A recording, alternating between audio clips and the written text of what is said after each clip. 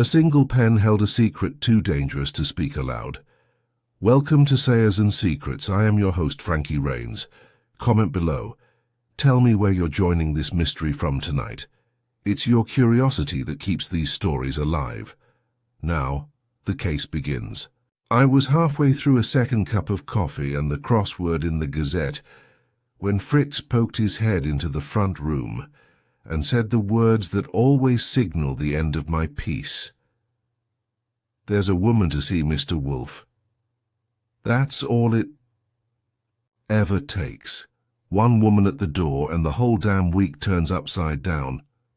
"She says what she wants?" I asked without looking up from a 7-letter word for subtle betrayal. I'd been toying with treason, but it didn't quite sit. "She said it was about a pen," Fritz said. "She's in the hall." Now that was new. I've had women walk in here talking about wills, husbands, missing brothers. One once showed up claiming her cat had overheard a murder plot, but this one was about a pen. "I suppose it's not leaking ink from a corpse's chest," I offered. Fritz looked horrified. "She seemed composed, and she's carrying a box." That got my attention. Anyone who walks into Nero Wolfe's brownstone carrying a box is either selling pastries or delivering trouble. The odds favor the latter. I folded the paper, stood, and did what I do best. I went to see. She was standing in the front hall, tall and contained, with silver streaks in hair that was trying hard to pretend it hadn't seen 40. Her coat was deep green wool, classic cut, and the gloves she peeled off suggested old money.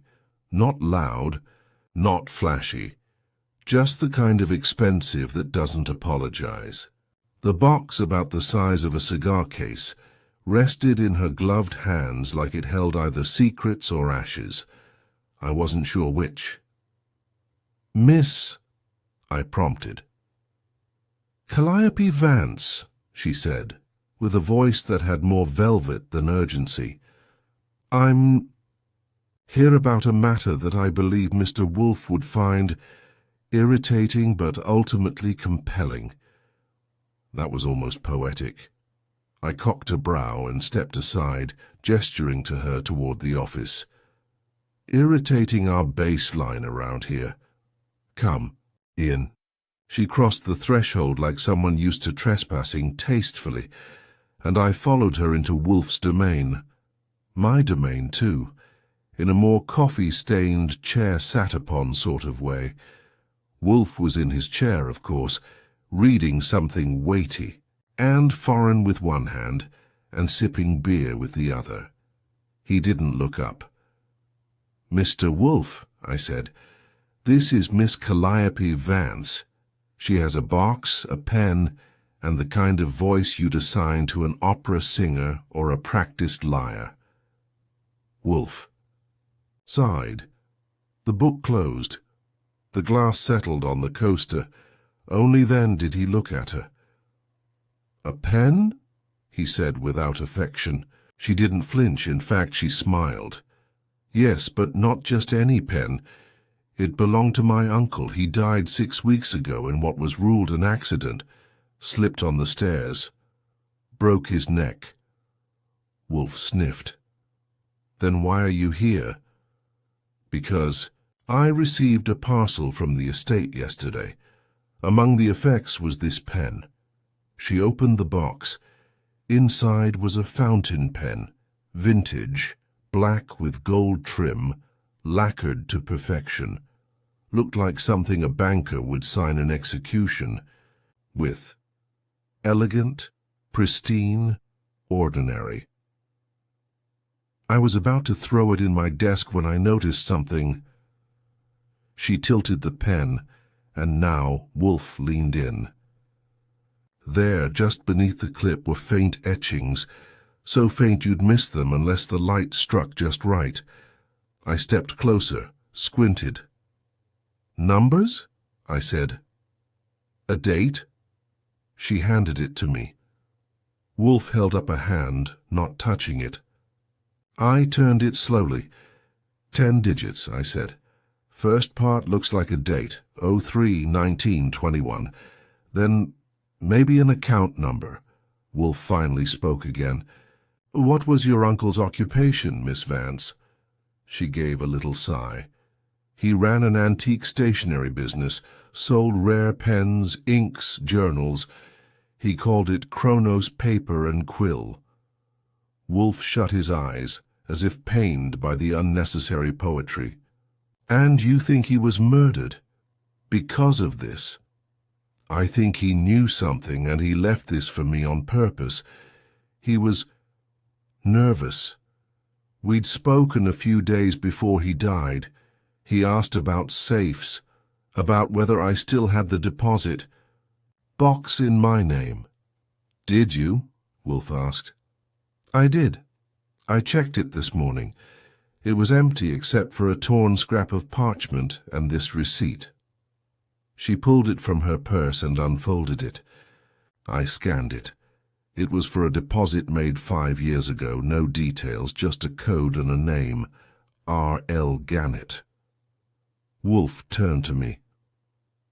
Archie, get Saul.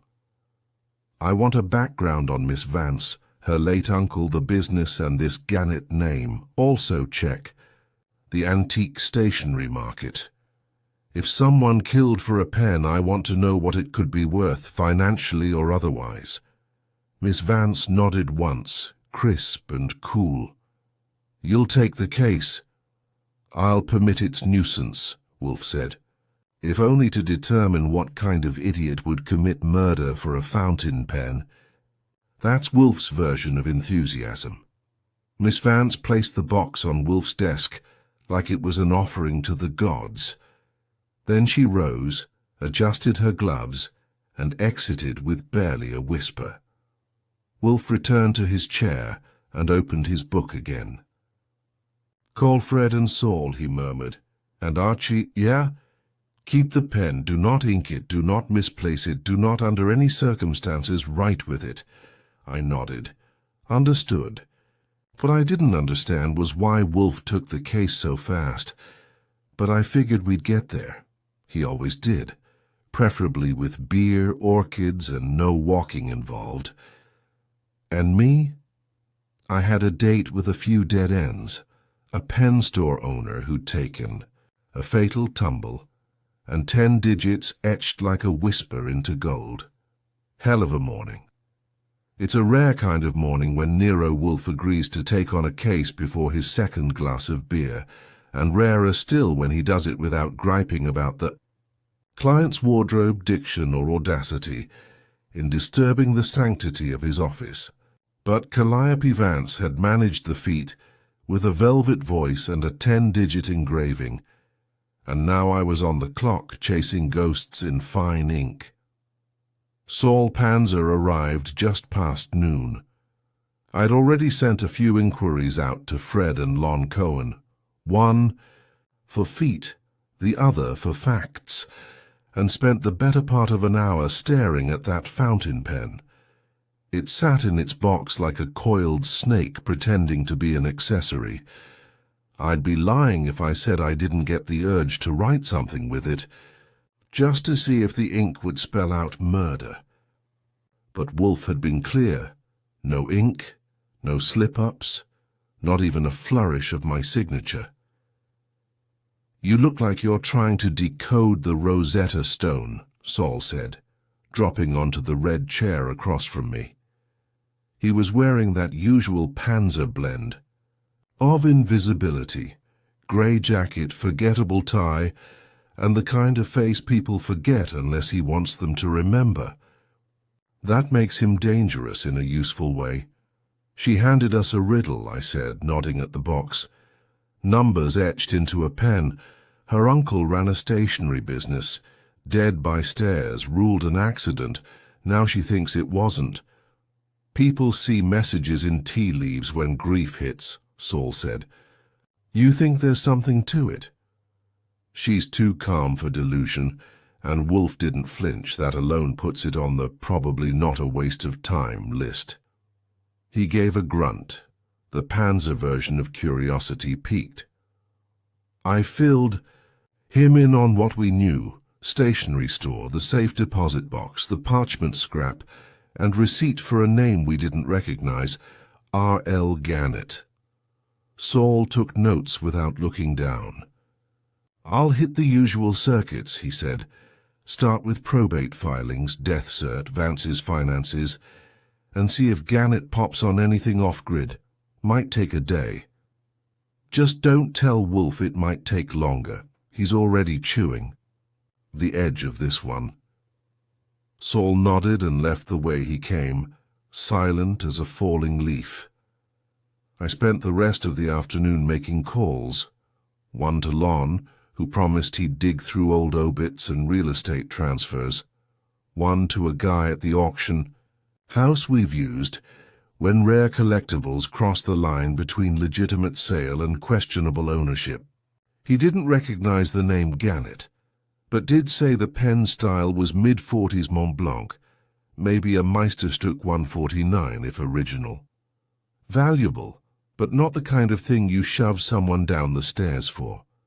Unless, of course, it contained something more than ink. By 5, I'd assembled a rough sketch. The uncle's name was Horatio Vance. Now there's a name that wears a monocle. He ran Kronos Paper and Quill for 30 years, sold premium writing instruments, antique paper, and collectible correspondence ephemera. He was single, no kids, and lived above his shop in a 2-floor apartment. Died 6 weeks ago. The stairs he fell down were the narrow, turning kind, too steep for a man pushing 70, but not unheard of.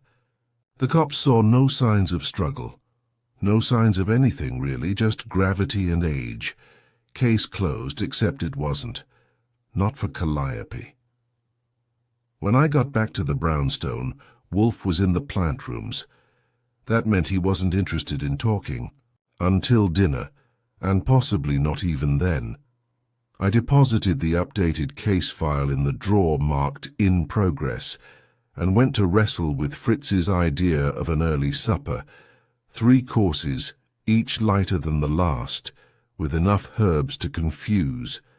A raccoon. Wolfe returned just after 8, smelling faintly of orchids and disapproval. "Well?" he asked. "Saul's working. Fred's digging into the store's layout and trying to get eyes on the apartment. Lon's checking old papers for any sign of Gannett or a deeper connection between Horatio and his niece." He settled into his chair, adjusting the cushion like it had offended him. "And you? Made 6 calls? Confirmed the pen is likely authentic and old and that nobody is killing people for fancy pens, at least not on the open market. But if it was hiding something..." Wolfe closed his eyes. "There's no ink chamber in a pen that could conceal anything of consequence. Unless what's inside isn't physical. Numbers, codes, etchings." He opened one eye. "You think the numbers are a cipher? I think we're not looking at a pen, we're looking at a breadcrumb." That earned me a grunt. Progress. "Call Miss Vance," Wolfe said. "Have her return tomorrow at 10. We'll need more context. She's not exactly gushing details. She won't need to. We'll let her talk and watch what she avoids." That was Wolfe's version of psychological profiling. He never interrogated, not until he was sure he knew what the answer would be. But he was already positioning. At 10 sharp the next morning, Calliope Vance stepped into the brownstone with the same calm as before, but this time she wore different gloves.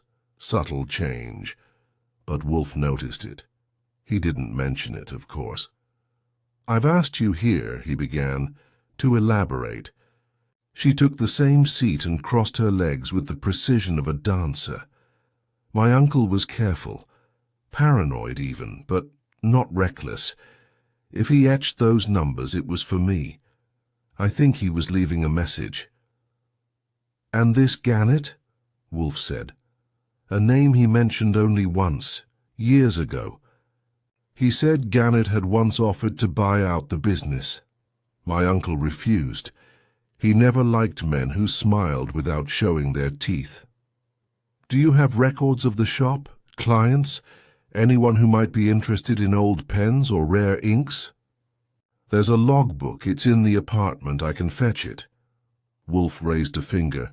No, Mr. Goodwin will accompany you. I do not like records traveling unsupervised. I stood. Guess I'm heading downtown. She nodded, then turned to Wolfe. Was it the pen that interested you, Mr. Wolfe, or the woman who brought it? He blinked once. Neither. It was the gap between your composure and your motive. People who grieve either break or bury. You do neither. She left without reacting, but I caught the faintest tilt in her chin. Wolfe had nicked something, maybe not deep, but enough to ripple. On the ride downtown, I kept my questions to a minimum. Calliope Vance didn't seem the type to offer more than she calculated. Her apartment above the shop was tidy but not sterile. Books stacked by topic, a small table set for one, and a lingering scent of cedar and ink. She led me to the back room, opened a drawer, and handed me the logbook. He always wrote in this, she said. Every customer, every sale. She nodded. It was leather-bound with Horatio Vance's handwriting, neat, angular, names, dates, items sold. Then one entry caught my eye. 4 weeks before his death, R.L. Gannett, consultation only. No sale. Satchel closed. Refused offer. I looked at her. This was recent. She swallowed. I didn't know they'd spoken again. We left. With the book. Back at the brownstone, Wolfe took one look at the entry and closed the log. We begin now, he said. Begin what? I asked. Fishing, he replied, reaching for the bell. And when Nero Wolfe starts fishing, you'd better believe someone's going to bite. Wolfe didn't like casting a wide net, but once he decided to go fishing, he made sure the bait was tailored. The hook was sharp, and the pond had been thoroughly surveyed. He didn't expect to pull up a wriggling confession on the first tug. No. He wanted to feel the current shift, the patterns distort. And that meant we had to start learning who else had been swimming in Horatio Vance's waters. By the time the logbook had been skimmed, tabbed, and annotated, Wolfe's version of stretching before a workout, I had my orders. There were 4 names that appeared frequently over the past 6 months. 4 names that meant business or brought trouble.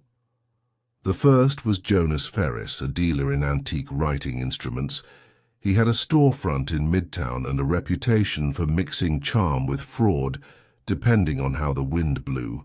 According to the log, he'd visited Horatio's shop at least 6 times, sometimes buying, sometimes only discussing possibilities.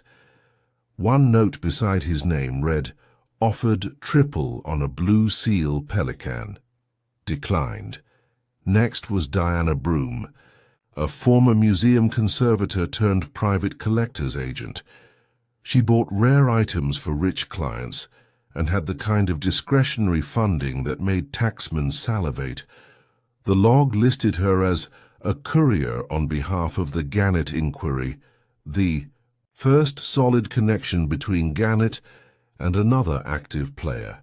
The entry didn't say what she asked for, only that Horatio refused. Then there was Cliff Rathman, a name scrawled with less precision, like Horatio had been annoyed just writing it. He'd been a tenant once, rented the back of the shop when he was between ideas, which Wolfe interpreted as between frauds. There were multiple entries about late rent, odd hours, and noise complaints, but the last entry was telling. Removed keys, altered lock, do not return. Finally, Dr. Theo Mott, a specialist in restoration of historical inks and parchments. Academic. Type: connected to the university. A note in the ledger suggested he'd advised Horatio on degradation rates and hidden chemical etching. That didn't make him guilty, but it did suggest that Vance had concerns about something being hidden or needing to stay hidden. Wolfe naturally would not stir from his chair, but I, being the ambulatory half of our operation, was dispatched to begin the parade of interviews. I had a half-tank of gas, a fresh notepad, and just enough coffee in my system to keep my voice polite. First stop, Jonas Ferris. His shop looked like a page out of an illustrated catalogue for men who missed the 19th century. Leather-bound counters, cases lined in green velvet, and rows of pens that cost more than small motorcycles. Ferris himself was tall, bone-thin, with a moustache that thought it was starring in a period drama. He greeted me like I might be shopping for a pen to sign a declaration of war. "Ah, Mr. Goodwin, isn't it? I knew Horatio's affairs wouldn't stay quiet long." I didn't say how we'd been connected. He either had spies or assumed everyone ended up on Wolfe's radar eventually. I leaned on the glass counter. "You did business with Horatio Vance?" "Occasionally. He was difficult, precise to the point of paranoia, but he had inventory that made the rest of us jealous." "Did you ever make him an offer he didn't like?" Ferris gave a low chuckle. "All the time. But if we stopped talking every time a price wasn't met, this business would die overnight." "Did you ever hear him mention R.L. Gannett?" At that, Ferris's fingers tapped once on the counter. Not hesitation, calculation. I may have heard the name. Rumor was someone was trying to consolidate holdings, buy out independence. A man like Horatio wouldn't bow. He'd rather die. I didn't let the irony land too hard. "Did he seem worried near the end?" Ferris shrugged. "He always seemed worried, but he was sharper than most. If he felt the wolves circling, he'd have left a trap. I left him with that line lingering in the air and moved on. Diana Broom operated out of a shared office space downtown, but I found her having tea with a client in the courtyard. She wore tailored grey slacks, a crisp shirt, and the kind of glasses that made you feel under-read. When she dismissed her guest, I introduced myself. "Archie Goodwin. I'm assisting in a matter regarding Horatio Vance." She raised a single brow. "The pen man. Tragic." "You knew him?" "Professionally. I made inquiries on behalf of a client. Vance was uncooperative." "Was the client R.L. Gannett?" She didn't flinch. "I was instructed not to disclose my client's identity." "Vance declined whatever you were offering." "He did more than that. He implied that some pieces should remain where history left them. He accused me of cultural trespass." I took a seat beside her. "Did you threaten him?" She laughed, not amused, just tired. "Mr. Goodwin, I buy. I don't threaten. If someone wanted Vance removed, it wasn't me." It was evasive but clean. I didn't push. Her type never cracks with brute questions. They're too used to legal armor. Next, Cliff Rathman. He was holed up in a coffee bar that smelled like cinnamon and expired ambition. Former poet, current grifter, and eternally between reinventions. He recognized me before I reached the table. "Vance send you from the grave?" I sat. "Let's say I'm asking on his behalf. Why'd he throw you out?" "I played music too late. Used his stove once. took a file by accident. He was brittle. You ever go back after he tossed you? Nope, not worth it. Ever hear of R.L. Gannett? He blinked, then chuckled. Yeah, big name in backdoor auctions. Never met him. Heard he once bought a Gutenberg page for cash and vanished. That tracked. Cliff was a bottom feeder, but even guppies see sharks. Last stop, Dr. Theo Mott, who greeted me in an office that smelled like paper and irony. Thin, absent-minded, and coated in chalk dust, Mott was a scholar who seemed allergic to conclusion. Yes, I helped Horatio with some questions about ink degradation and concealed scripting. Why? He had a sheet he thought had been tampered with, said it wasn't what it once was. Could it have been forged? Hard to say. If he thought someone had swapped or erased something, he was probably right. Did he mention Gannett? He mentioned someone wanted what he had, but he wouldn't say who. Back at the brownstone, I reported in. Wolfe listened, eyes closed, hands steepled. 4 players, I said, each with a motive. Money, legacy, resentment, secrecy, and all of them knew Horatio was sitting on something. Wolfe's eyes opened. Then the question becomes, what was he sitting on? And is the pen the lock or the key? He tapped the armrest. Have Fritz prepare the office. We'll invite them all. The whole lot. The bait is on the table, Archie. Now we watch who comes to bite. There are a few things. You can always count on when Wolfe calls for an office gathering. 1. Fritz will fret over which coffee cups to use. 2. Wolfe will insist the guest chairs be precisely angled toward his desk. And 3. At least one of the invitees will show up thinking they're the smartest person in the room. They're always wrong. But before the summoning, there was work to do. My kind of work. The kind that involves wearing out shoe leather, taking notes with a straight face, and slipping through social situations where polite lies pass for currency. Wolfe may prefer armchair deduction, but I prefer people who sweat. The next morning, Wolfe handed me a short list. No suspects this time, sources. He wanted verification. Specifically, 1. A bank clerk who processed the deposit linked to that. Mystery receipt from Horatio's safe. 2. A collector who had tried unsuccessfully to acquire a set of 18th century sealing wax sticks from Vance. 3.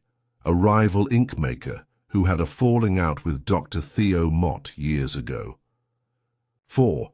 And for spice, the super of Horatio's building, just in case anything about those stairs didn't line up. So I loaded my notepad, holstered my charm, and hit the trail.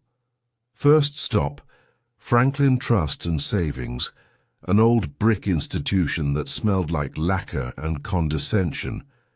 After a quick introduction and some credentials checking, I was ushered into a cramped cubicle, where a thin man with worry lines and a crooked collar adjusted his glasses.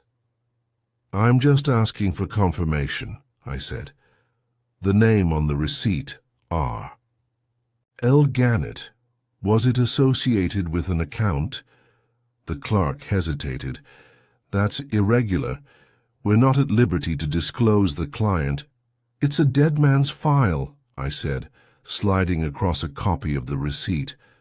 The box was in Horatio Vance's name. He's been gone for 6 weeks. He studied the paper. This was a handwritten drop receipt, he said. We keep duplicates. Hold on. He vanished and returned 5 minutes later with a file folder. There was indeed a temporary item deposited under R.L. Gannett's name, but the depositor of record was Vance himself. It remained untouched for nearly 5 years. Then, just one day before Vance died, the record indicates it was Retrieved by authorized custodian. Who? Initials only. C.V. Calliope Vance. That didn't sit right. I asked for a printout, got a formal shrug instead, and made a note to mention it to Wolfe. Next, I paid a visit to Gregory Ames, a semi-famous collector of arcane writing tools who looked like he spent his weekends pretending to be a 17th century scribe. His townhouse was lined with glass cases and faux Gothic wallpaper. He answered the door himself, wearing what looked like a velvet smoking jacket over real pajamas. "Mr. Ames," I said, "you once tried to purchase sealing wax from Horatio." "Vance?" His eyes lit up like a kid handed a forbidden toy. "Oh yes, exquisite pieces, French, Revolutionary era." He said he'd consider my offer but then changed his mind. Why? He said provenance was complicated, that it might attract the wrong sort of attention. Did he mention Gannett? I asked him once if he knew the name. He only said, "I've kept things Gannett could never understand." That meant something to him. It meant something to me, too.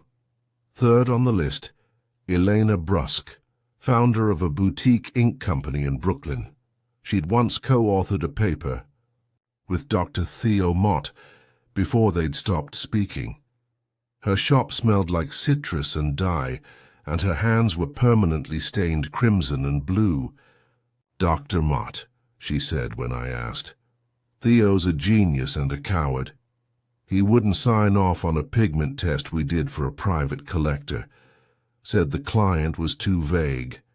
Turned out the sample was from an illegal acquisition. Vance vouched for it. Illegal how?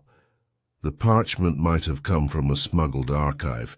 Theo bailed, Vance kept it. I assume he planned to protect it somehow. A valuable item. Historically, probably, financially. That depends on who was willing to pay for silence.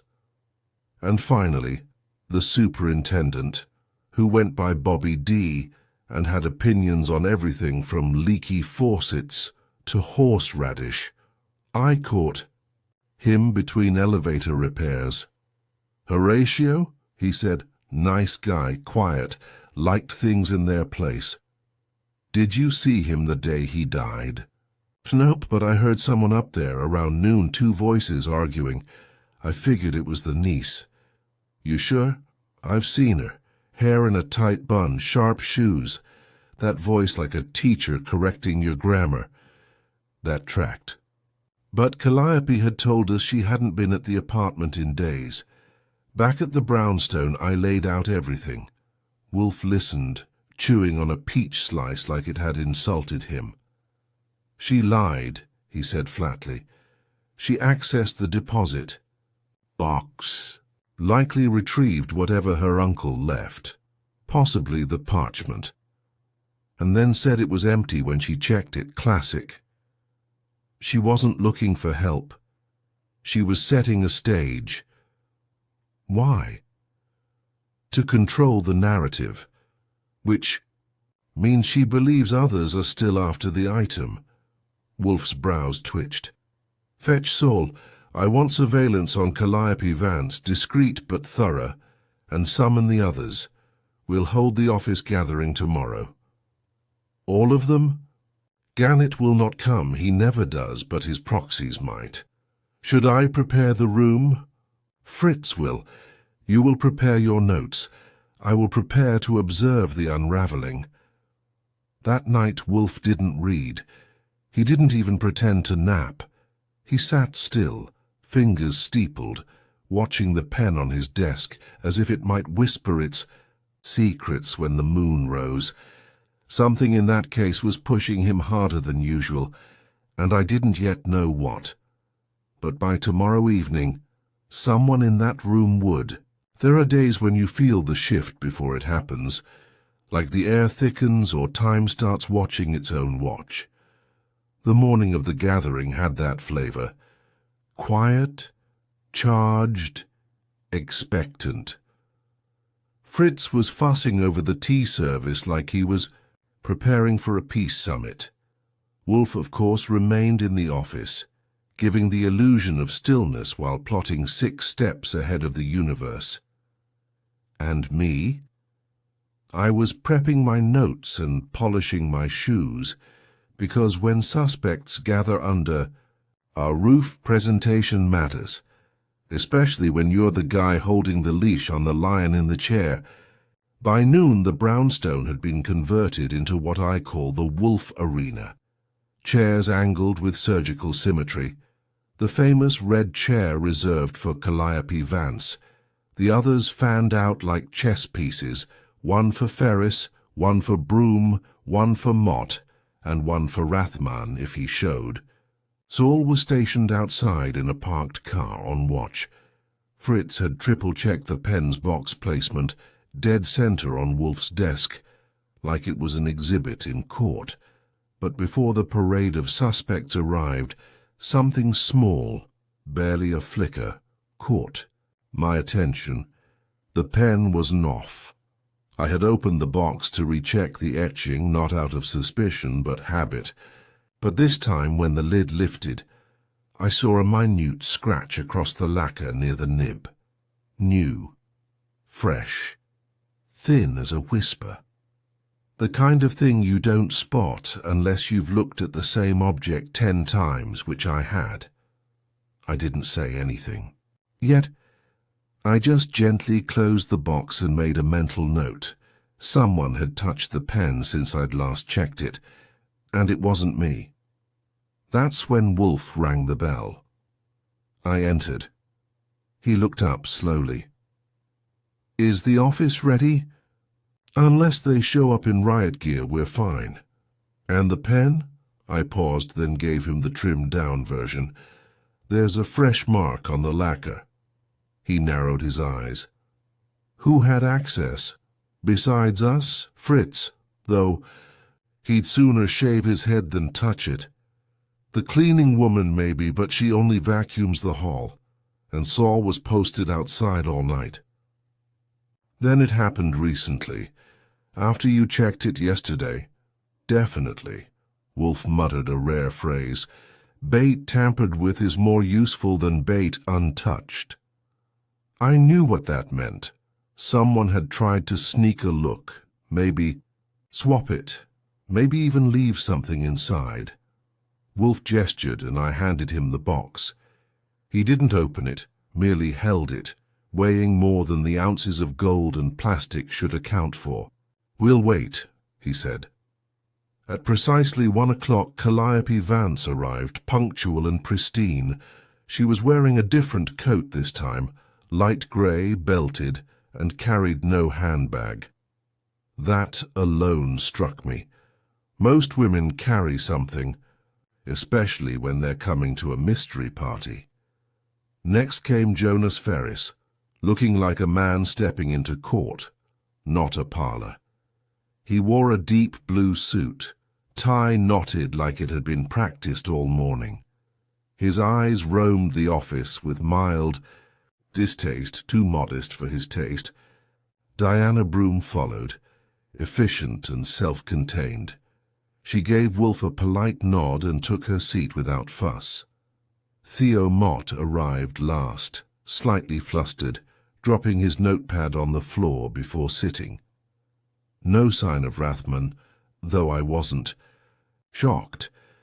Men like Cliff tend to vanish the moment real light hits them. Once they were seated, Wolfe let the room marinate in. Silence. He didn't speak. He didn't blink. He just looked. One by one. Like a man memorizing their faces for a painting he didn't plan to frame. Then, with no preamble, he opened the pen box. "Who touched this?" he asked. No one moved. Wolfe lifted the pen delicately with a cloth and angled it toward the light. The scratch gleamed faintly, unmistakably new. "This pen," he continued, "has been disturbed since last it was examined. I will allow the individual who trespass to identify themselves voluntarily. Otherwise, I shall expose them myself." Calliope's brows lifted a fraction. Ferris crossed his legs. Mott looked like he might pass out. Broom's expression was unreadable, but her grip on the armrest told another story. No one spoke. Wolfe closed the box slowly and turned to me. "Mr. Goodwin, please recount your findings." "From the bank clerk. I did. I laid it out. How Calliope Vance had retrieved the item from the deposit box under her initials. How she'd claimed the box was empty.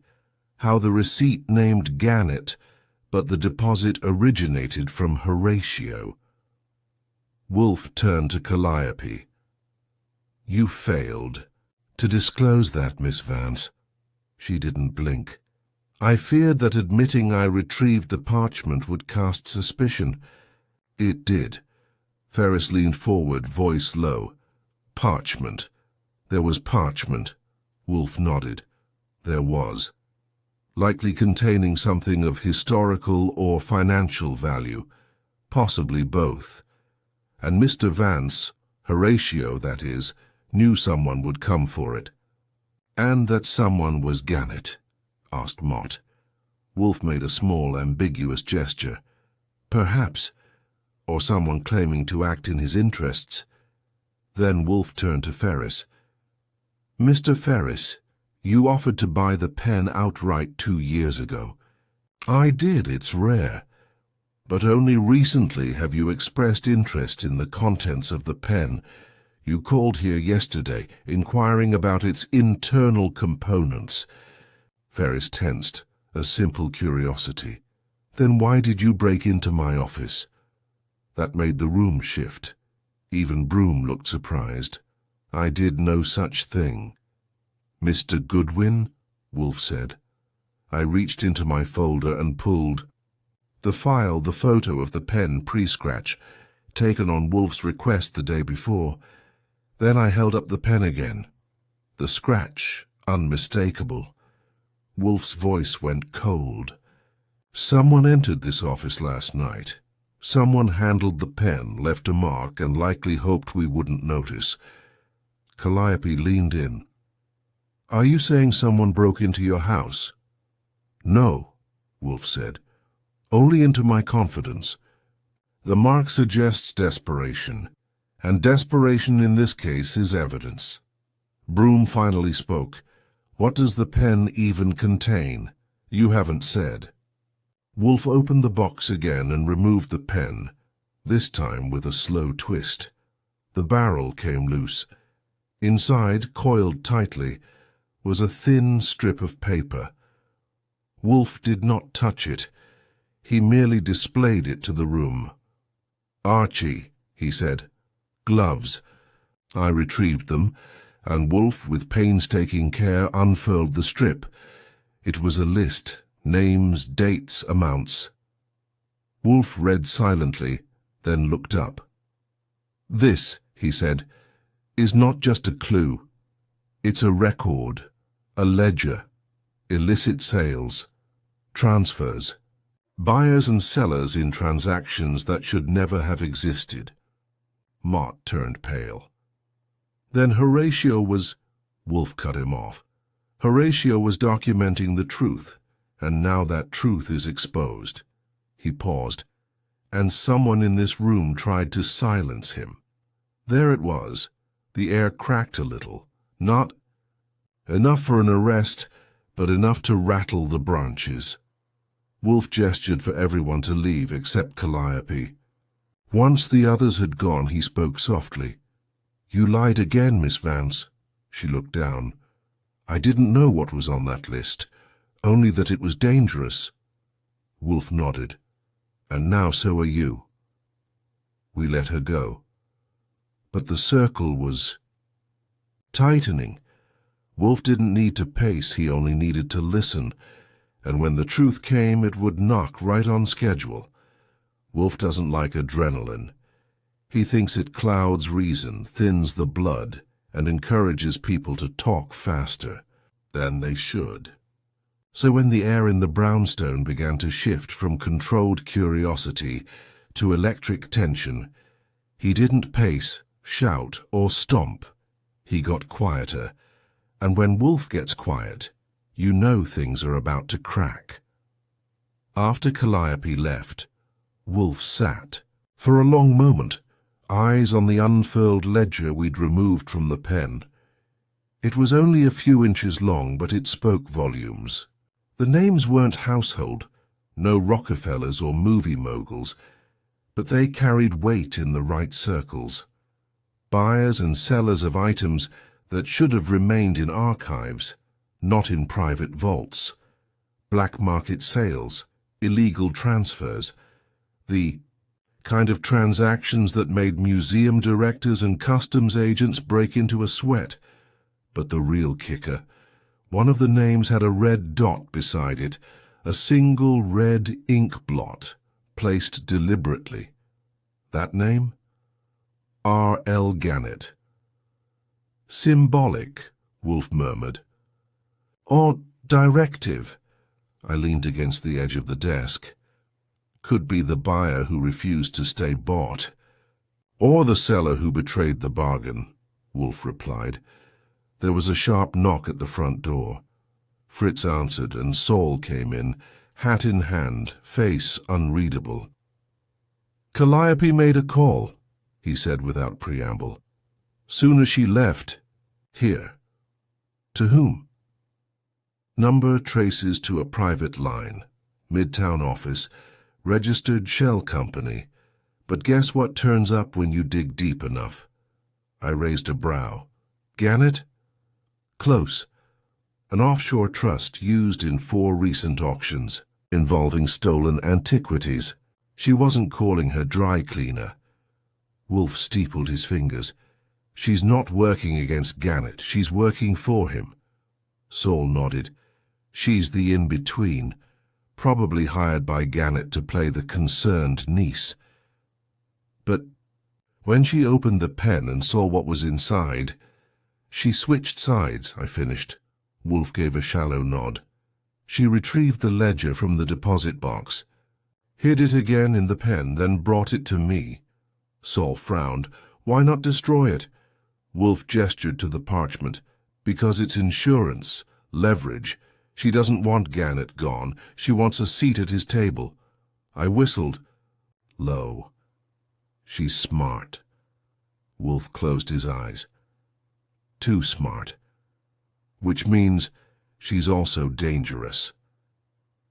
That evening, while the city shifted toward neon and sirens, Wolfe made his move. He called Lon Cohen. Lon, I heard him say, I'd like an article published tomorrow, front of the culture section, something about the late Horatio Vance, a tribute to his expertise, and a hint, no more than a hint, that he may have kept detailed records of his dealings, say encoded in a collector's item. He paused. Then, yes, I know it's vague, that's the point. When he hung up, I asked the question. Bait. He nodded. Gannett watches. He reads. He waits. The article will draw him out, or force his agents to act. It didn't take long. At 2:37 a.m. the phone rang. Fritz answered, and his voice carried tension I'd only heard once. During that time, Wolfe accidentally sliced his thumb trimming orchids. He came to the door. There's been a break-in. At the shop. Horatio's shop. By the time I got there, police tape ringed the front windows, and a patrol car idled out front. A uniform was taking statements from the neighboring dry cleaner. I flashed my license and ducked under the tape. Inside, it looked like someone had been searching, not stealing. Drawers opened, files ransacked. But the damage wasn't angry, it was methodical, like someone had a list and knew where to look. I found one of the detectives, Murdoch, a guy with a head shaped like a shovel, and pulled him aside. "Anything? Taken?" He glanced at his notebook. "Hard to say. The woman who let us in says most of it was already boxed. Place was being cleared for an estate auction." "The woman?" He nodded toward the back. "It was Diana Broom." I crossed the room in 4 strides. "Diana?" She looked up, startled. Her expression flickered. Guilt, caution, recognition. Then calm. "Mr. Goodwin. I was called in by the building manager. He didn't know who else to contact. I've been acting as a liaison for some of the Vance estate paperwork." "Convenient." "I didn't break in, if that's what you're implying." "How you didn't have to? You already knew where to look." She squared her shoulders. "If I wanted the ledger, I would have taken it weeks ago." I leaned in. "Maybe you did, or maybe you're trying to find out who has it now." "That..." landed. Her jaw tightened. "I assume Wolfe knows?" "He's already baited the trap." I left her there, amid the wreckage and regret, and returned to the brownstone. Wolfe didn't need to hear the whole story. I told him the highlights. He murmured, "Broom's presence was no coincidence. She's trying to get ahead of the fallout." "She's already behind," he said, then added, "We must accelerate the timetable." That night he drafted invitations, not for suspects this time, but for Saul, Fred, and Ori, his triumvirate, the big guns. They would shadow Calliope, Ferris, and Broom, not just watch, probe, agitate. Wolfe didn't want more information. He wanted movement, something rash, because rash people break faster, and he was right. By morning, Fred reported that Ferris had scheduled a meeting, unusual location, an abandoned townhouse on East 69th, noon. Calliope had vanished, her phone off, apartment cold, and Broom. She'd checked into a hotel under a false name. I looked at Wolfe. Too many threads. He shook his head. Not too many, just one thread being pulled from 3 directions. "And what's the thread?" He gestured toward the desk. "The ledger. It's not just a record. It's a map. And Gannett isn't trying to hide it. He's trying to control who sees it next." I sat. "So, what do we do?" Wolfe closed his eyes. "We let them converge." And then, just as I thought he was about to drift off, he opened one eye and said, "Also find Rathman." That surprised me. "He's a mosquito." "No," Wolfe said softly. "He's a mosquito that bit the wrong man. I want him swatted." I stood, grabbed my coat. It was time to rattle the bushes, and from the sound of it something was ready to leap. I've seen Nero Wolfe maneuver suspects like chess pieces, each step a calculated provocation, never a direct charge. If someone makes a mistake, it's not because he forces them. It's because he sets the board so cleanly that the guilty can't help but play their worst move. By the time the sun climbed over the city that morning, Wolfe had 3 men on the ground. Saul on Calliope Vance, Fred on Ferris, and Ori on Broom, and one mission: don't interfere. Just observe. The way wolves observe a limping deer. My job was less glamorous. Find Cliff Rathman. Now, Cliff was a professional drifter. He could vanish faster than a rumor in a newsroom, but he wasn't bright enough to go off-grid completely. He liked attention. He liked bars that had jukeboxes and women with poor judgment. So I did what I do best. Checked the bars, asked the waitresses, and smiled when I got a hit. 4th stop down in the East 60s, I got a bite. The bartender, a bald guy who looked like he'd won and lost at life more than once, nodded when I asked about Rathman. Yeah, he was here last night. Played Blue Moon 3 times in a row, was talking big, something about getting out while the getting's good. Had a suitcase with him. That narrowed it. I worked from there, tracing him to a one-night rental on East 62nd. By the time I knocked, I wasn't expecting him to answer, and sure enough, no reply. But I jimmied the lock with a trick Saul taught me and stepped in. The place smelled like mildew and instant noodles. A cot, a duffel bag, and a folder sat on the table.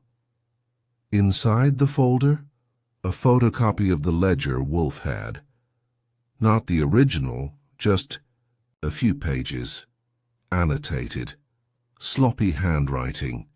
Notes in the margins like broom and Ferris Sass pressure point. And a line under Gannett in all caps. Does he know I have this? That told me what I needed. Rathman had seen the list, probably copied it himself before the pen ever left Horatio's place. Maybe Horatio had shown it to him once in confidence, or maybe Cliff had snooped. Either way, he had leverage, and he was scared. I grabbed the file and left a note under a glass. You're a better ghost than a thief. Call me. A.G. By the time I got back to the brownstone, Wolfe was already coordinating the next phase. Saul had tracked Calliope to a townhouse in the West 40s, same one Ferris was headed to. Broom had changed hotels again and taken a call from a burner number tied to that shell company we'd been dancing around for days. Wolfe folded his hands together and closed his eyes. They're circling. Like sharks? No, like vultures. Each believes the other is about to fall. He asked me for the folder. I handed it over. He skimmed, noted the annotations, and handed it back. This confirms it. Rathman had access. But he's not smart enough to understand it. That's why he's hiding. He knows he copied something important, but not why it's dangerous. He's the weakest link, I said. Exactly. Which makes him the key to tightening the noose. I nodded. You want me to push him out of hiding? No, that would scatter the others. We need them watching each other. I want you to use his copy. I gave Wolfe a look. You want me to bait them? Subtly. Offer a suggestion that Rathman's copy contains information not found in the original. Spread the idea that it holds a name redacted from the version Horatio left in the pen, a phantom name. Wolfe opened one eye and smiled. Exactly. So I made calls, quiet ones, let a word slip to Ferris through a contact at the Pen Collectors Society. Whispered to Broom's hotel clerk that a document thief had surfaced. Fed Diana's assistant a line about a second list. By mid-afternoon, Fred reported that Ferris had started making calls to lawyers, to 2 names on the list, and to a curator at the National Archives.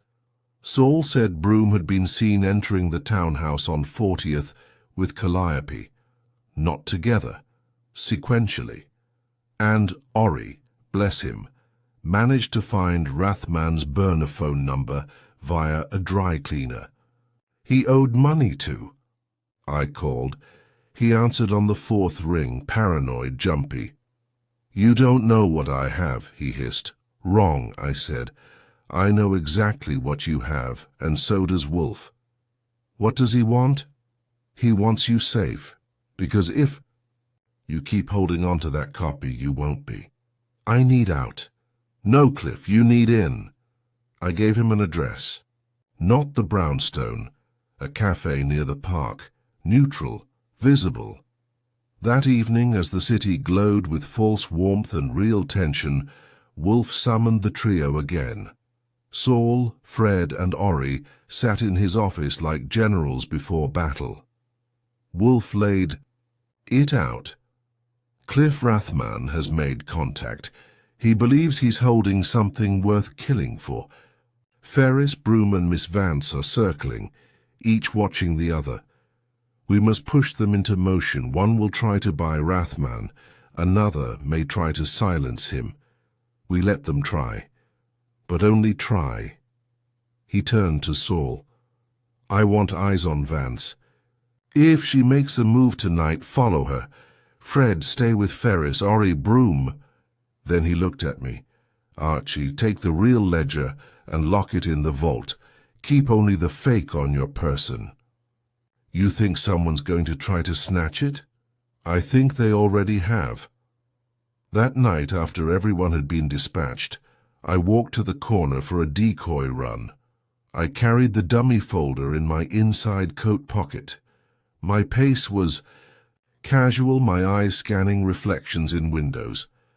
At 83rd and Lex, a man bumped me hard from the side. Instinct took over.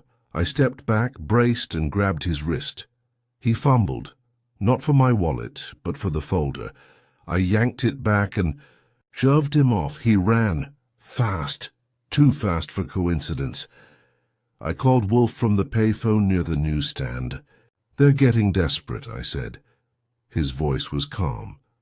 Good. Then tomorrow we set the final trap. I hung up, tucked the folder under my arm, and walked home. No more subtle moves. The game was ending. When Nero Wolfe summons suspects to his office, it isn't a discussion. It's a chess match with the end game already inked in his head. The invitations went out early, phrased with Wolfe's trademark blend of civility and veiled menace. A matter requiring final clarification, he'd said, a benefit to all parties if resolved in my presence.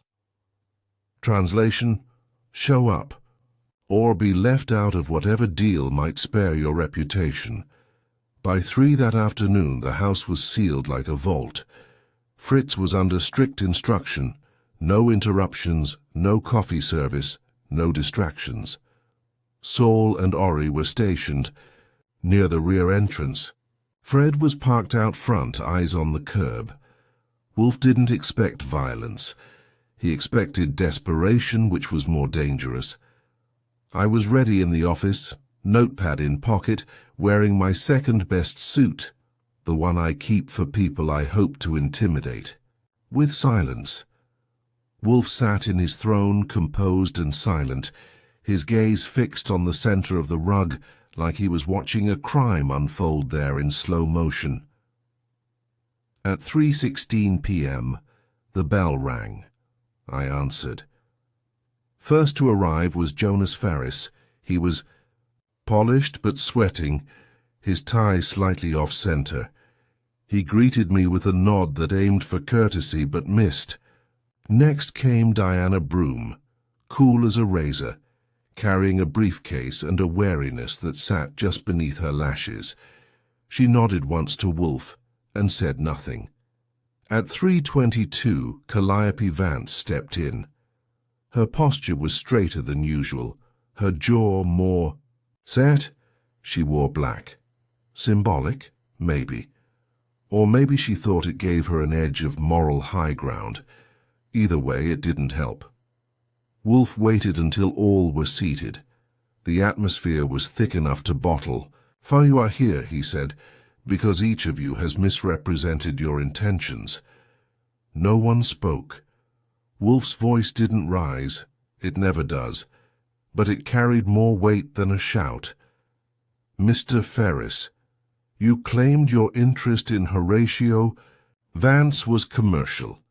It was not. You acted on behalf of a buyer whose name you refused to admit until you attempted to intercept a document you believed would incriminate you." Ferris opened his mouth. "No," Wolfe said. "You will speak when I ask a question." Ferris shut his mouth. "Miss Broom, you claim to act as a mere intermediary. Yet you altered hotel registrations, held meetings with both Ferris and Miss Vance, and made inquiries about a ledger long before its contents were publicly known. Broom crossed one leg over the other. And you passed information to a third party, one operating through a network of shell companies and auction proxies. He turned to Calliope. And you, Miss Vance, you lied from the moment you arrived about the pen, about the deposit box, about your knowledge of Gannett. I had my reasons. Yes, Wolfe cut in. Self-preservation. You feared that if the ledger's contents reached the wrong hands, you'd be marked for elimination. That shut her down. He reached into the drawer and pulled out the real ledger, sealed now in a transparent sleeve. He laid it on the desk gently like a final card in a winning hand. This, he said, is the original, complete, with annotations. It records over 36 illicit transactions, some involving stolen antiquities, others involving forged provenance documents, and one connecting a certain collector to the disappearance of a museum artifact 4 years ago. He let the silence stretch. Horatio Vance documented everything. He intended it to surface only if something happened to him. He etched a date on the pen as a fail-safe, the day he last updated the list, the day he realized he was being followed. Ferris finally spoke. If you have this, what do you want? Wolfe looked at him with the mild irritation one might reserve for a fly that's buzzed too close to a teacup. I want the truth, Wolfe said. I stepped forward. We know Rathman made a copy. We know Broom received a call that night from Gannett proxy, offering her $50,000 to retrieve the original. We know Ferris attempted to intercept the copy by sending someone after me last night. Ferris blanched. Broom scowled. Wolfe turned to Calliope. And we know you, who claimed only to seek justice for your uncle, were in fact the last person seen entering his building the day he died. She stared at him. No panic, just a slow, hard blink. You're accusing me of murder? No, Wolfe said. I'm accusing you of betrayal. Your uncle trusted you. He showed you the ledger. You retrieved it. And then you watched him die. I didn't push him, she said softly. Wolfe didn't answer. He simply tapped the pen box. You placed the ledger back into the pen, brought it to me, hoping I'd protect you. Which you have, she said. For now. Ferris leaned forward. What happens next? Wolfe turned to me. Archie. I pulled out a single sheet of paper. Here's what happens. A redacted version of the ledger, cleaned of names not already public, goes to the Department of Antiquities. The original remains sealed until the authorities ask for it, which they will. Broom raised a brow. And us? You will sit still, Wolfe said. No flights, no calls, no sudden withdrawals. You will let the storm pass. Calliope's tone was bitter. Is that your version of justice? No, Wolfe said calmly. It is Horatio's. The room held still. Wolfe added, You may go. They left one by one.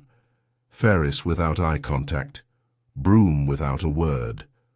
Calliope paused at the threshold. He didn't fall. He leaned too far.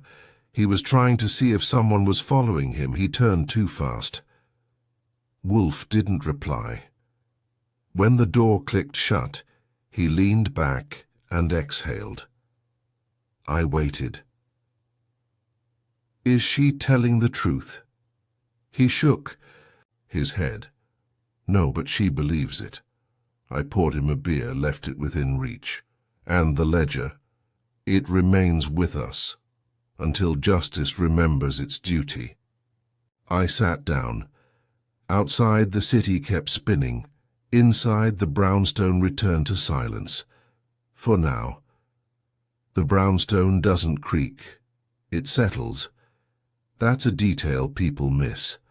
After a case, especially one thick with pretense and layered like a bad cake, it takes on a quiet of its own.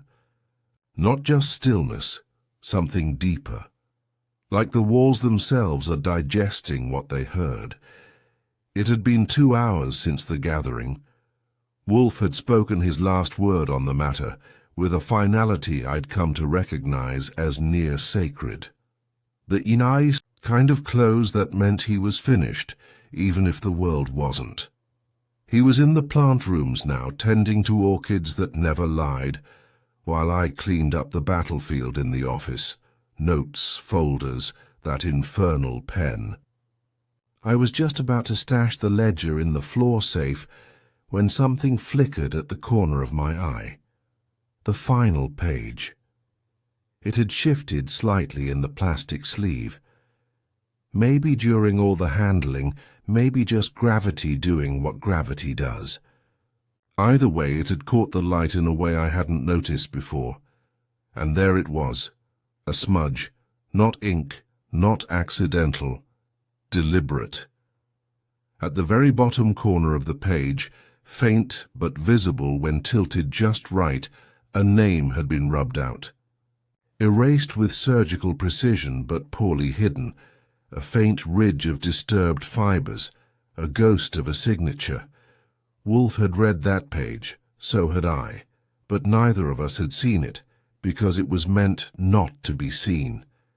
I didn't call Wolfe. I didn't even move right away. I just stared. Then I got the magnifier. Carefully I slid the page out. The parchment was fragile, but the redacted area held its damage like scar tissue. It took me 20 minutes. 3. Light sources and Fritz's camera lamp to get it legible, but it came through. C. Rathmann. That hit harder than I expected. Cliff Rathmann. Not a footnote, not a loitering grifter. He wasn't just a snoop or a tenant who saw too much. He was on the list, not as a bystander, as a seller. I picked up the phone and dialed Wolfe's extension in the plant rooms. 2 rings. He answered with a grunt. "You need to come down," I said, "now." Minutes later, he entered the office, towel still around his neck, smelling faintly of soil and lemon balm. I laid the page flat on the desk and pointed to the corner. He adjusted his glasses, leaned in. The room went even quieter. "I missed it," he murmured. "So did I." "It was erased," he said, voice low, "concealed. He wanted to vanish from the record." I nodded, but not destroyed, just buried. Wolfe stared at the name a while longer. Then he straightened, walked to the globe by the window, opened the cabinet inside and poured himself a brandy. He didn't offer me one. That's how I knew the moment wasn't over. "He was on the list," I said. Which means he wasn't scared of Gannett. He was scared of exposure. Wolfe sipped. It was never about stealing the ledger. It was about controlling the narrative. The others thought they were protecting their own secrets, but Rathmann, he was hiding something more fragile. His role. Indeed. I moved to the desk. Then everything changes. He's not the bystander. He's the reason Horatio created the ledger in the first place. Wolfe's gaze darkened. Horatio found out. He caught Rathmann involved in a sale, maybe even won Horatio indirectly, facilitated. He added the name, and Cliff knew it. "And erased it?" Wolfe gave a small shake of the head. "No, I don't believe he ever had access to the original again after Horatio finished it, which means..." Someone else erased it. That hung in the air. Wolfe paced, yes, paced, which in our world is like an eclipse. He circled behind the desk, then around the red chair, then finally came to rest at the far end of the room. If Rathmann didn't erase his name, then who did? There were only a few possibilities. Ferris, Broom, Vance, but none of them had the original ledger long enough. Unless Calliope. She had the pen. She retrieved it from the deposit box. She brought it to us, ledger intact, but maybe not untouched. Do you think she saw it? I asked. She must have, Wolfe said, but then why not destroy it? Why risk bringing it here? Leverage? Wolfe frowned. Then why erase only Rathmann's name? The question sat like a rock in the room. I flipped through my notes again, and something tickled at the edge, a quote. Something Diana Broom had said. Horatio accused me of cultural trespass. That wasn't a casual phrase. It sounded too much like something Horatio would write, a man who logged everything in ink. Wolfe, I said, what if Rathmann was more than a seller? Wolfe turned slowly. You believe he was the leak?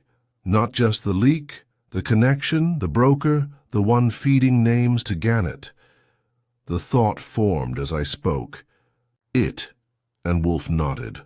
That would explain Gannett's reach, his timing, his uncanny ability to outbid museums for pieces that had only just surfaced. And if Horatio found out Cliff was the mole, then the ledger wasn't just a record, it was a weapon. That meant something else, something deeper. Horatio didn't fall, I said. Wolfe's face was unreadable. He was pushed? Maybe not physically, I replied.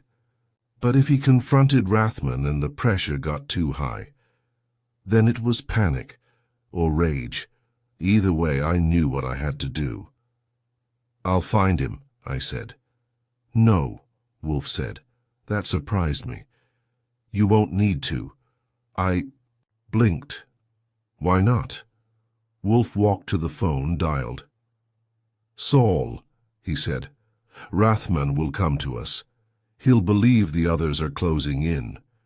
Make sure they appear to, but do not interfere. When he calls Archie, and he will, we will be ready. He hung up and sat back in his chair. What do I do? I asked. You wait, Wolfe said. And I did. Sure enough, just after midnight, the phone rang. It was Rathmann. They're going to kill me, he said. Come to the brownstone, I told him. He hesitated. Do you still have the list? Yes, I said, but we have your name now, too. The line went quiet. Then I guess I've got nothing left to lose. He hung up. I looked at Wolfe. He nodded. Prepare the office. We're almost at the end. And we were. We had the pen. We had the ledger. And now we had the man who thought he'd escaped the ink. It was just past 1 in the morning when the doorbell rang. Fritz was awake. Wolfe had instructed him to remain so, and by the time I opened the door, Cliff Rathmann was standing in the vestibule like a man who had just stepped off the ledge of his own lies. He looked thinner, more haggard than when I'd last seen him, which was saying something. His coat was mismatched, one button missing. His eyes darted to the windows behind me as if expecting the night itself to come chasing after him.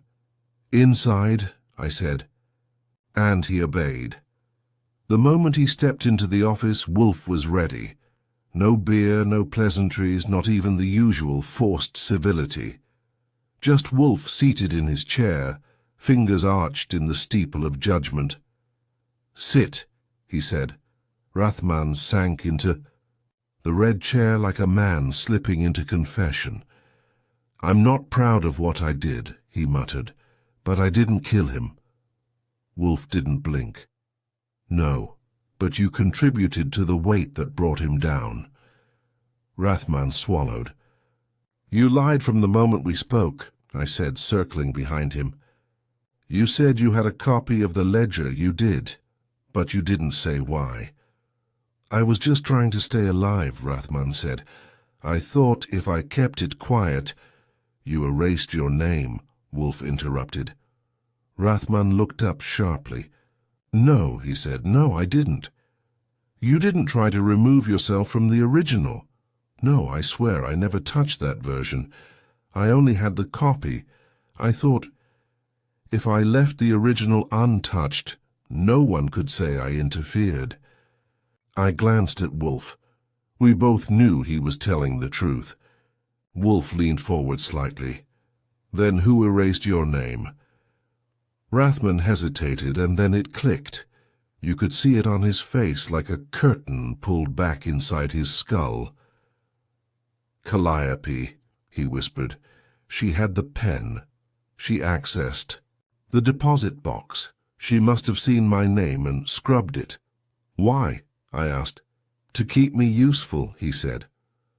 "To keep the others looking at Ferris and Broom. If Gannett thought I was still clean, he wouldn't touch me." Wolfe sat back. "And did he?"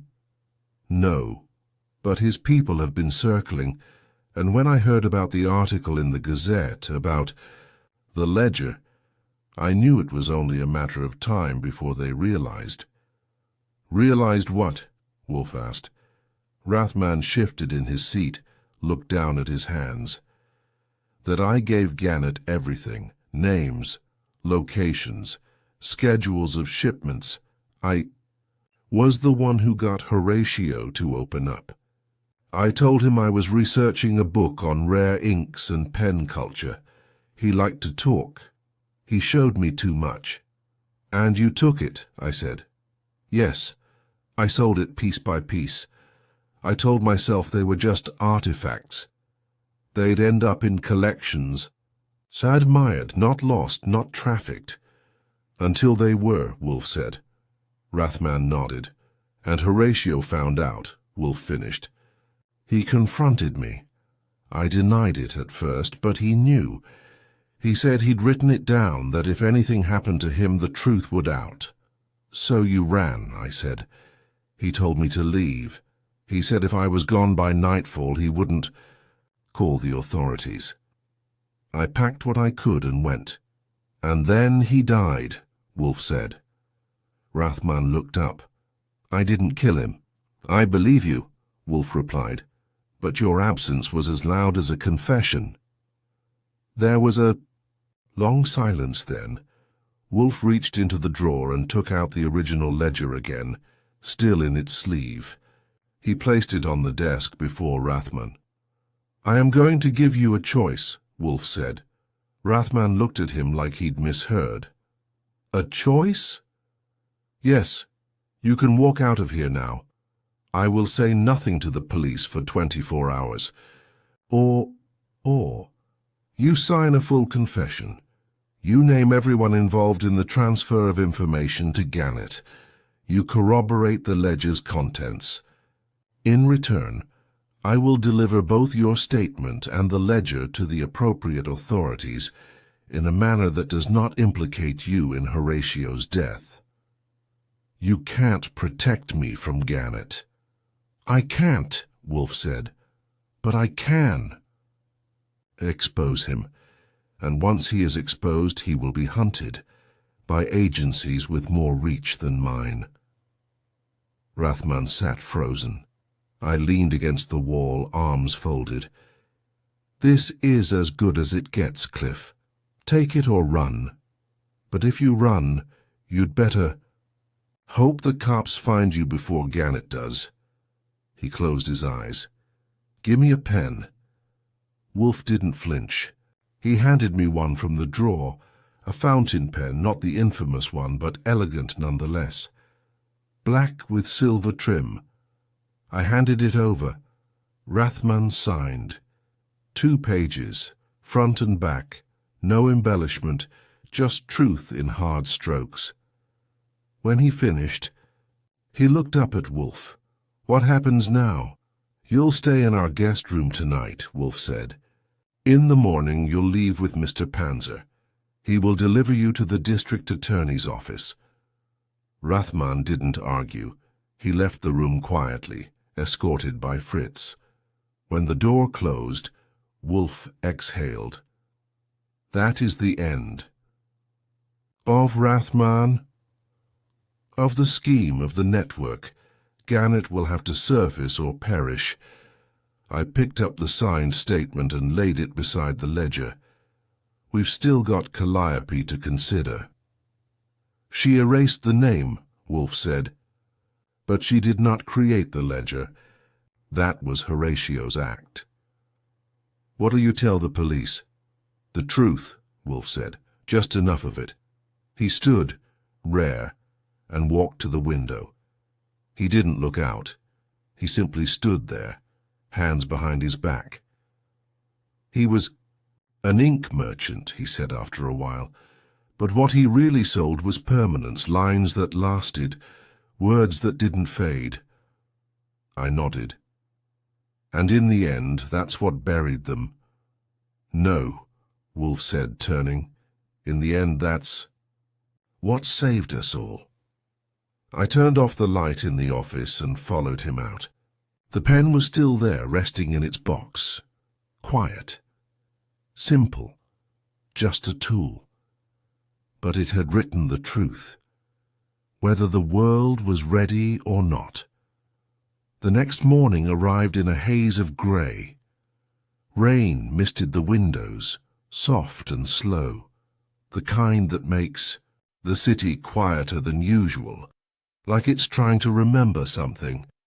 Inside the brownstone, everything was exactly where it should be. Fritz was in the kitchen preparing breakfast. Wolfe was in the dining room, napkin tucked, untouched eggs congealing on a warm plate. And I was finishing the final transcription of Cliff Rathmann's confession for the district attorney's office.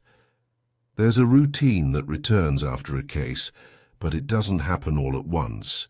It creeps in like a hesitant cat. And this time, the air in the brownstone hadn't quite settled.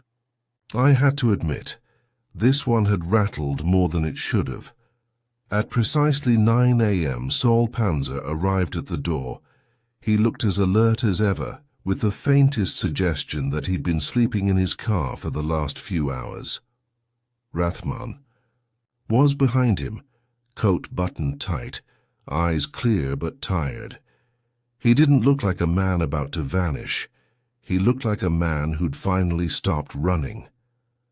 Wolfe did not meet them at the door. Instead, he called from the dining room. "Mr. Goodwin," I stepped in. "Escort Mr. Rathmann and Mr. Panzer to the car. Ensure the statement is delivered directly to Assistant D.A. Landry. No detours." "Understood." I led them out. Rathmann didn't speak. He looked back once, just once, at the brownstone door like it was something sacred, or maybe like it had judged him, and he was waiting for a verdict that never came. Then he got in the car and Saul drove off. I watched until they turned the corner. Inside, Wolfe was back at the table. He finally picked up a fork and ate one bite of egg.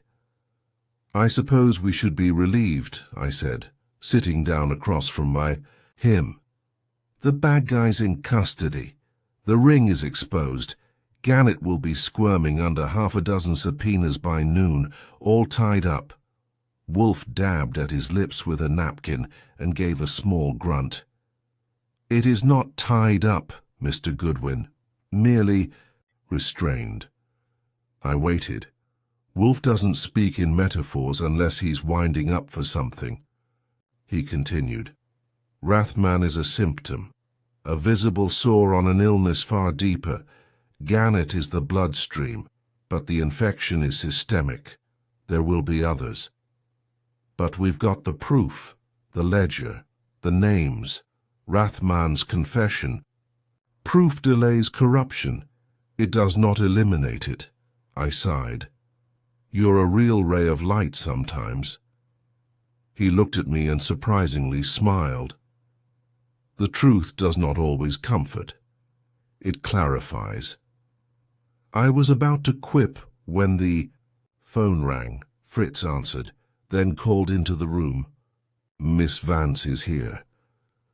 Wolfe stiffened. Send her in. Calliope Vance entered the room like someone attending a funeral she wasn't sure she should be part of. Her gloves were off, her coat dark, her hair tucked beneath a soft wool. She sat without waiting for an invitation. I heard, she said. Wolfe tilted his head slightly. From whom? Does it matter? Yes, she sighed. Diana Broom. That made Wolfe's left eyebrow rise half a degree. She has an informant in the prosecutor's office, Calliope added, or a contact at the archives. Someone told her the ledger was being authenticated, that your statement was enough to put pressure on Gannett. And yet you're here, I said. I'm here because I want to know what happens to me. Wolfe didn't respond. He poured a glass of water and took a long sip. You erased Rathmann's name, I said. She didn't deny it. I thought it would protect me, and maybe him. We were both in deeper than we admitted. You weren't in the ledger, I said. I was around it. I knew too much. I watched the transactions. I understood the patterns. That makes me a liability to the people involved, and to Gannett. Wolfe studied her a moment longer, then spoke. Miss Vance, what you have done lies somewhere between obstruction and betrayal, but I believe your motivations evolved. She raised an eyebrow. You came to me with the pen, he said. That was not a defensive act. It was calculated. Risk. You wanted to shine a light, just not the full beam. She nodded. I didn't know what else to do. You still don't, Wolfe said. She flinched slightly, but to her credit, she didn't crumble. What will you tell the authorities? She asked. Wolfe looked at me, then back at her. I will tell them the truth, that you brought the pen, disclosed the existence of the ledger, and withheld your retrieval from the deposit box. I will tell them you erased Rathmann's name, but later cooperated fully. That your knowledge aided in the unraveling of the network. Calliope let out a slow breath. And what will they do with that? That, Wolfe said, is not my department. She stood. Then I suppose I'll find out soon enough. As she reached the door, she turned. He was right, you know. Who? Wolfe asked. My uncle, Horatio. He said ink lasts longer than memory, but memory fights harder to stay. She left before either of us could respond. Later that afternoon, the phone rang again. This time it was Assistant D.A. Landry. I have the ledger and the confession. We've confirmed most of the names. Some of them are already under investigation. I don't need to tell you this thing will send ripples. I don't mind ripples, I said. But if you don't mind, keep my name out of the tsunami. He chuckled. Agreed. By evening, Wolfe had returned to the plant rooms. He stayed longer than usual. The orchids were in bloom, the greenhouse glass beading with the last remnants of rain. Fritz made roast duck. I poured a beer, and for the first time in weeks, the brownstone felt calm.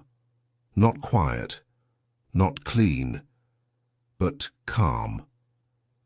When Wolfe returned, to the office I was finishing a summary note for the file. "Do you believe justice was served, so?" I asked him. He considered that. "No," he said, "but it was acknowledged. That's a start." I nodded. "And the pen?" He looked at the box on the desk. "A relic," he said, "a vessel for truth." Then he stood and walked toward the stairs. As he reached the doorway, he paused. "Archie." "Yes?" "You may dispose of the pen." "Really?" He turned, and for once there was something faintly wistful in his expression. "No, keep it. Sometimes memory does deserve the final word."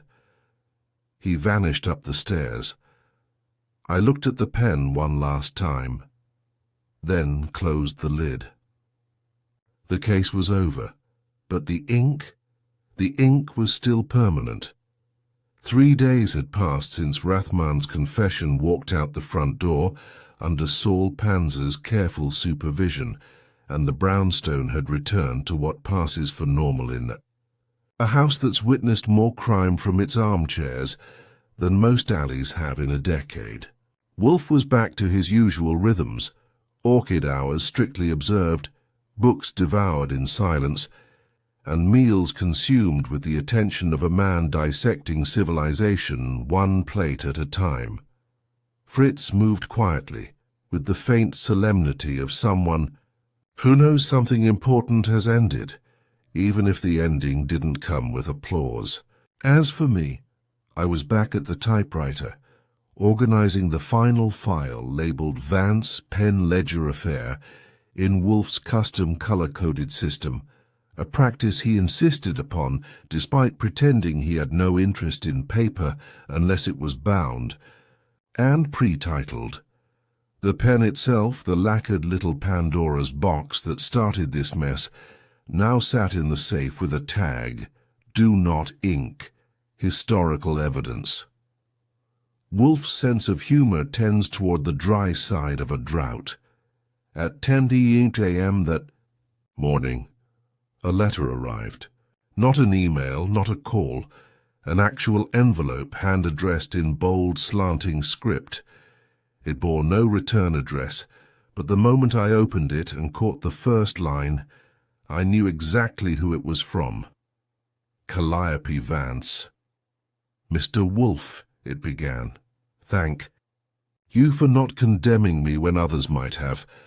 I've accepted a position at an antiquarian firm in Lisbon. Quiet work, cataloguing rather than acquiring. I suspect I will find peace in forgotten ink." Wolfe didn't react as I read it aloud. He merely reached for his beer and sipped. "She's running," I said. "She is relocating," he corrected. "She erased Rathmann's name, helped to smuggling." Ring lied repeatedly. "She also brought the pen," Wolfe said, "when she could have destroyed it. I let that hang. She's not innocent." "No," Wolfe said, "but she is educable." I slipped the letter into the file. That word, educable, meant something coming from Wolfe. He believed most people were incapable of change, mired in appetites and foolishness. To be educable meant there was some filament of logic still unburned inside a person's conscience. He was sparing her with language. That was rare. The next visitor was expected. Landry, the assistant DA, stopped by around noon. We brought him into the office, where Wolfe offered him a seat with the courtesy of someone who respected the law, if not always its practitioners. Landry was a man who kept his suits clean and his language cleaner. "The Rathmann file and the ledger are now under preliminary review by a federal task force," he said. "Interpol's involved. 2 items already traced. A bronze scribe's tablet from Syria and a 15th century folio from Prague. Both presumed lost. Both now recovered, thanks to the list." Wolfe inclined his head but said nothing. "I assume," Landry added, "you're keeping a copy." I retain no official evidence, Wolfe replied. Only memory. Landry grinned. That's good, because technically, I'm not supposed to ask for one. Then don't, Wolfe said, and sipped his beer. They shook hands. Landry left. Afterward, I followed Wolfe back into the office. You don't care what happens to Gannett, do you? Wolfe raised a brow. I care that he is exposed. The rest is bureaucratic theatre. But you don't want to see him behind bars. If the bars hold, fine. If they do not, his influence will fracture anyway. The ledger is a precision cut. It strikes reputations, not wrists. That was Wolfe's version of a moral stance. Still, I pushed. And if he resurfaces? He will, Wolfe said. Eventually. Men like Gannett cannot live in shadow forever. They need validation, praise. They surface the moment they believe the world has forgotten. And what then?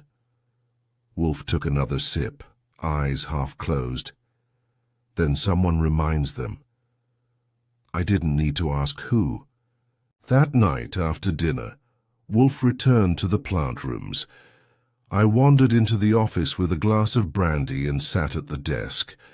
I pulled open the bottom drawer, stared at the leather-bound log where we keep closed cases. The weight of it is strange. Every entry holds a story, and every story contains something unspoken. Sometimes justice, sometimes not. Always truth in some crooked shape. I flipped to the newest entry. Case title: The Clue Etched in the Fountain Pen. Client: Calliope Vance, initially undisclosed. Core: Issue: Suspicious Death, Hidden Ledger, Illegal Antiquities Trade Resolution, Exposure of Smuggling Network, Cooperation of Key Witnesses, Ledger turned over to authorities, loose ends. Subject R.L. Gannett remains at large. Further consequences pending. I paused at the last line. It didn't feel quite done. So I added one more. Final note. Not all ink is meant to be permanent. But this ink endured. When Wolfe returned, he nodded at the book. Finished? Now. He sat, reached for the newspaper and unfolded it as if nothing at all had happened over the past 2 weeks. Fritz will be preparing lamb tomorrow, he said casually. Anything special about it? Only that it is lamb, which in Wolfe-speak meant everything was settling. And that was that.